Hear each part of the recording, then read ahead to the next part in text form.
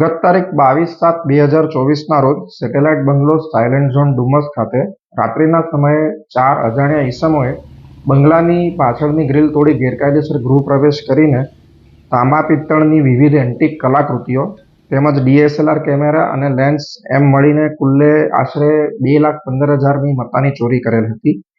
Dumas police station ખાતે જે અંગે BNS કલમ 305, 331(4) અને અન્ય વિવિધ કલમો હેઠળ ગુનો દાખલ કરવામાં આવેલ. આ ઉપરાંત આવા જ અન્ય એક બનાવમાં જે ગઈ તારીખ 18/7/2024ના રોજ સાયલેન્ટ ઝોન પ્લોટ નંબર 195-96 ખાતે બનેલ હતો, જેમાં અજાણ્યા ઈસમોએ ઘરફોડ કરીને સેમ એમોથી ગ્રીલ તોડી ઘરફોડ કરીને આશરે 55,000ની કિંમતની મત્તાની ચોરી કરેલ હતી.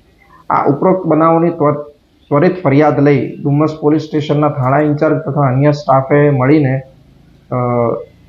બાતમીદારોના તંત્ર તેમજ ટેકનિકલ સર્વેલન્સનો ઉપયોગ કરી ગણતરીના કલાકોમાં આ 4 ઈસમોની ગેંગને ઝડપી પાડેલ છે તથા તમામ મુદ્દામાલ કબજે લીધેલ છે.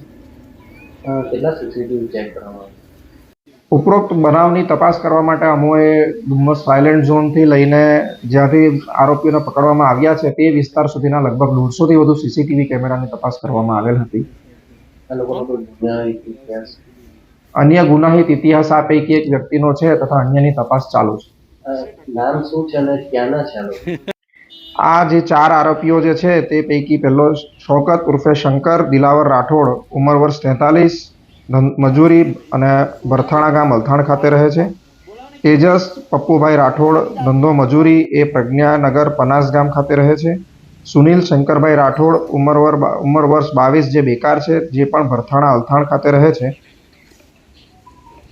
આ 3 આ ચોરીમાં સામેલ અને એ ઉપરાંત અન્ય એક આરોપી આમાં સામેલ છે. માલ કઈ જગ્યાએ ચોરીનો છુપાયેલો? આ પૈકીનો અમુક માલ તેઓએ સાયલેન્ટ ઝોનની નજીકના આવાવાળુ ખેતરોમાં છુપાવેલ હતો તથા અમુક મત્તા એમની પાસેથી એમના રહેઠાણેથી કબજે કરવામાં આવેલ છે.